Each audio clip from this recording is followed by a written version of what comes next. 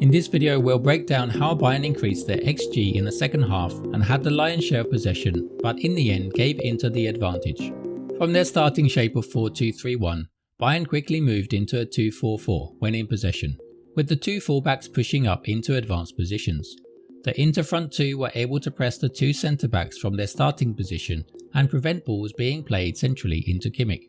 This initially forced Bayern to play around Inter by using the flanks. Inter responded by aggressively pressing with the wing-back and wide centre-back.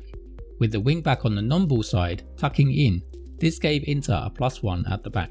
Bayern started to find solutions to this by using the keeper more and more. Pushing between the two centre-backs, the keeper was often free to find passing angles to hit the flanks, because Inter were reluctant to press with more players, as this would have opened up spaces in the midfield, where Bayern already had a numerical advantage, because Kane often drops deep to join Guerrero in the midfield line, giving them a 4 versus 3. Bayern also used one of their fullbacks in a deeper position, so that the centre-backs could widen and play around the front two by moving into spaces on the side. And from here it was easier for Bayern to play passes into the dropping forwards. Bayern pinned their wingers on the outside of the Inter wingbacks as they pushed their fullbacks to support under the wingers. Bayern tried to build combinations out wide with the two pivots shifting over to support and pulling a marker away, and this is when Bayern could temporarily overload the flanks. When the fullback could move into the front line, it freed up space and time for the wingers to receive and drive into the penalty area, with smart rotations giving Bayern the upper hand in terms of XG. Bayern's fullbacks increasingly started to take up positions between the Inter wingbacks and centre-backs to overload, with the benefit of creating more space out wide for Bayern's dangerous wingers to take on their marker 1v1.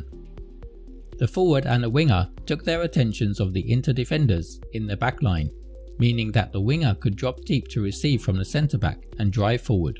Despite being ahead, Inter pressed more aggressively in the second half. This suited Bayern as it allowed their players more space. Bayern's front two continued to drop into deeper positions in the midfield, and this disrupted Inter's shape, allowing for large gaps in their defence, and the fullback on the non-ball side was free to move into advanced spaces and combine with the winger, which gave Bayern an overload. From this, Bayern were able to hold the width in the opposition's half, and instead of operating with a 2-4-4, they moved a midfielder or a fullback into the front line much sooner, turning to a 3-2-5 structure in an attempt to draw level. This then moved them into a 2-3-5 as Bayern matched Inter's shape, and the wider midfielder gave them passing channels to the wingers. This increased Bayern's shot count from 7 to 13 as well as their XG in the second half. Inter dropped two of their centre-backs into the penalty area, often forming a back four with the keeper and the other centre-back, while Bayern pressed with a front three, leaving the keeper Sommer open. Guerrero covered the deepest of Inter's three midfielders, while a winger covered the third centre-back. The Bayern fullback could then press up onto the wing-back.